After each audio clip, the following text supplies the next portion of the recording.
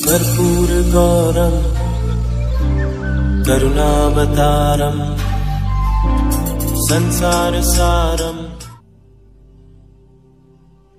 ओम शिवाय, जय माता दी। पुनः स्वागत है आप सभी का हमारे बहुत प्यारे से मकर राशि के जातक और मकर लगन के जातक। बहुत बड़े लेवल पर और केवल शुभता के आधार पर बहुत बड़ा परिवर्तन होने वाला है और एक प्रबल राजयोग का आशीर्वाद पूरे 1 महीने तक आप सभी के साथ बना रहेगा। जो मैं निजी प्रार्थना आगे विषय में करूंगा उसको स्वीकार कर लेते हो तो जीवन भर की जो है एक प्रकार की गारंटी हो जाएगी राजयोग की। ऐसा इसलिए क्योंकि कर्क राशि में एंटर करेंगे 16 जुलाई को सूर्य बाबा और पूरे 17 अगस्त तक जो है वहीं पे बने रहेंगे, जहाँ पर पहले से ही बुध ग्रह बैठे हुए हैं, बुध बाबा बैठे हुए हैं। तो एक सुंदर राजयोग सूर्य और बुध के कॉम्बिनेशन से 16 जुलाई 2025 से लेकर 17 अगस्त तक लागू रहेगा, बना रहेगा। इसका आशीर्वाद बना रहेगा जो है बुध आदित्य राजयोग या बुधादित्य राजयोग।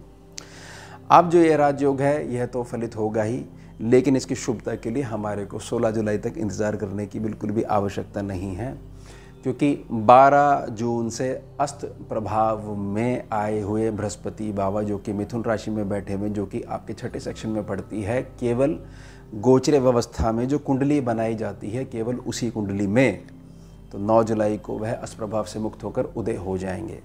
उनके उदय होते ही एक प्लेटफॉर्म बड़ा अच्छा तैयार होने वाला है, क्योंकि आपकी कुंडली में कुंभ राशि के बैठे हुए राहु बाबा जो कि धन स्थान पे बैठे हुए हैं, वाणी स्थान पे बैठे हुए हैं, कुटुंब स्थान पे बैठे हुए हैं, और केतु सिंह राशि के जो कि अष्टम भाव में बैठे हुए हैं।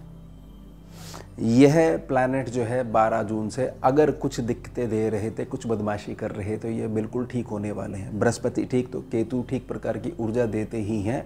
यह एक सामान्य गणना है स्कैनिंग विद्या की। और राहु और बृहस्पति का आपस में दृष्टिगोचर बना हुआ है, क्योंकि उदय भी हो गए लेकिन सामान्य चाल में नहीं है। ये चीज़ समझ जाइएगा कि पूरे 8 साल तक बृहस्पति बाबा को बाहरी जगत का कोई भी जो है चीज़ फर्क नहीं देने वाली है।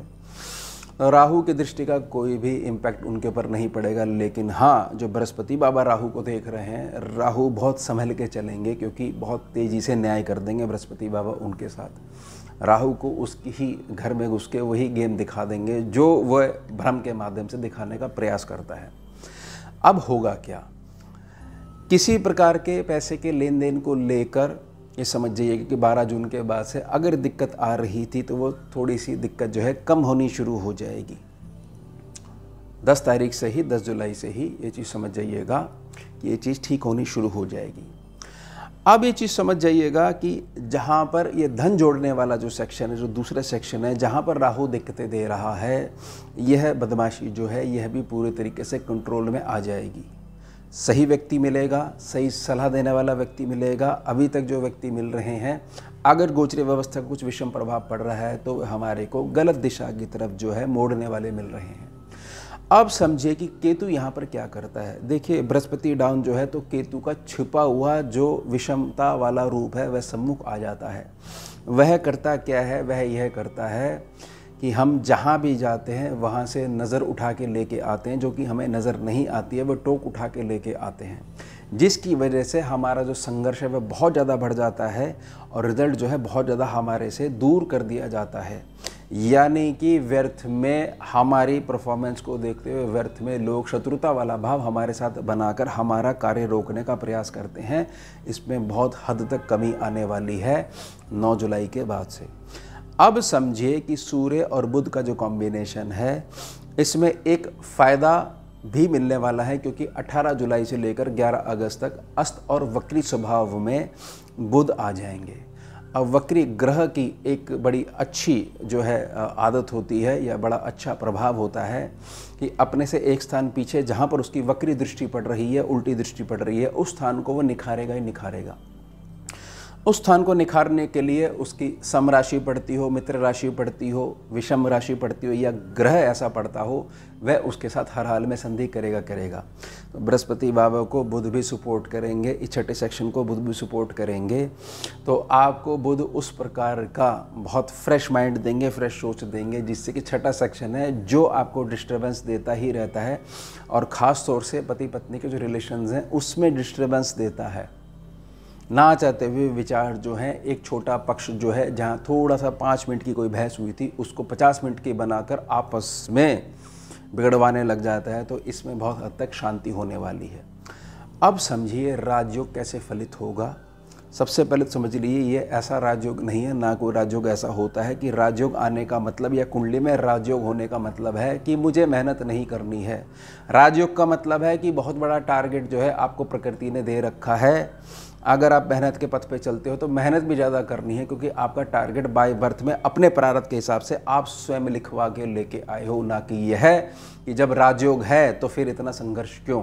आपका माइंडसेट चेंज करने की बहुत ज़्यादा आवश्यकता है यहाँ पर, और आसपास की संगत की भी, कि जो हमारे को उस मार्ग पे जाने के लिए ही सपोर्ट करे, ना कि हमारे को शॉर्टकट्स जाने के लिए प्रेरित करे कि नहीं आपको इतना करने की ज़रूरत नहीं है। लर्निंग भी आपकी होनी चाहिए, प्रॉपर मेहनत भी होनी चाहिए। और इसका राजयोग का मतलब यह नहीं है कि संघर्ष नहीं आएगा, यह मतलब है कि आपके पैरों को कोई बांध नहीं पाएगा सिवाय आपकी सोच के।